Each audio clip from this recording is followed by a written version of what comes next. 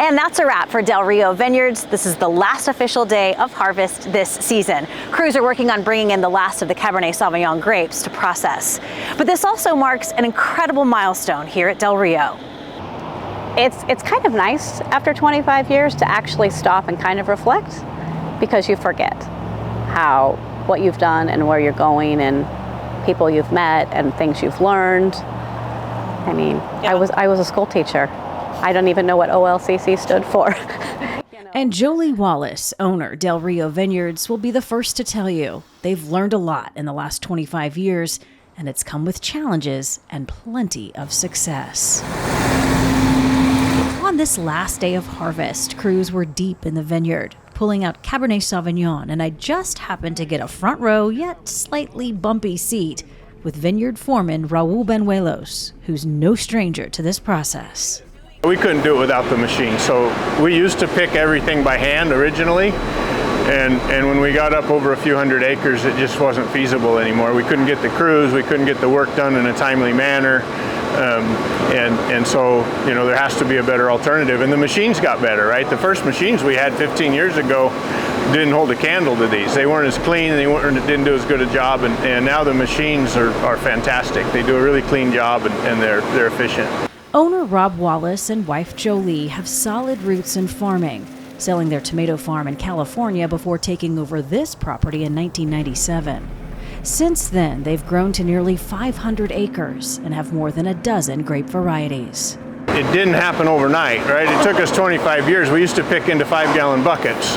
And so from where we started to where we are, yeah, we've mechanized most of the process. We've gone to where picking a truck or 2 trucks a day was a huge day for us, and putting it in bins and doing all that, to where now we can pick 10 or 15 loads a day, you know, which is 300 or 400 tons, right?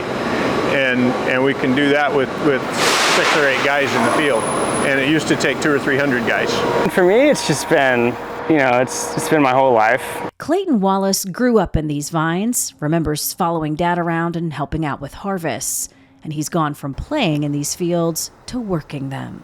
It's just kind of been something I've grown up with since I was in 2nd grade, just picking grapes, and then every year it's just been a step of, all right, well, how do we plant more? How do we do more? How do we continue to be successful and, you know, in battle every year, COVID or fires or whatever challenges that come? It's like, okay, we're gonna handle this problem, and then we're gonna try to improve next year. And then you get 25 years later and you're just like, oh wow, this place has really changed in that time. Which was always the point, if you ask Rob and Jolee.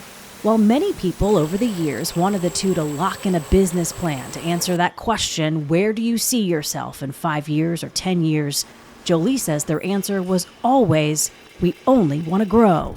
His father, who was a farmer, right, only said, if you're not going forward, you're going backwards. And in the last 25 years, this team has been focused on moving forward, on growing, on getting better every day.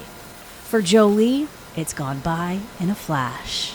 I think about it mostly when people like you ask me about it, like, because then I have to go back and I have to think in my memory, okay, we didn't have a winery, we didn't have warehouses, we didn't have all these things, and over the last, how many harvests? 23 harvests, but 25 from the planting, we have, you know, built a winery, changed, right? We went from our very first tank room was 27,000 gallons, and now we're over 800,000 gallons. When you look back, I guess what goes through your mind? Are you impressed? Are you amazed? Are you surprised? I'm tired. I don't know. You know, it's like the guy you rode with on the Harvester, right? He's been here for 25 years. He was here the day we started, and his dad's been here, and now his son's here. And so it's just been an evolution of mostly it's about people anymore. You know, we can build most anything. We can plant more vineyards and put in more tanks and build more winery. But after you get to a certain point, it becomes more about people than it does about everything else. It almost makes me teary, because we had a big lunch yesterday of everybody who works for us, vineyard, winery, everybody, and it's not about the grapes, it's not about the wine, it's about the people who work here.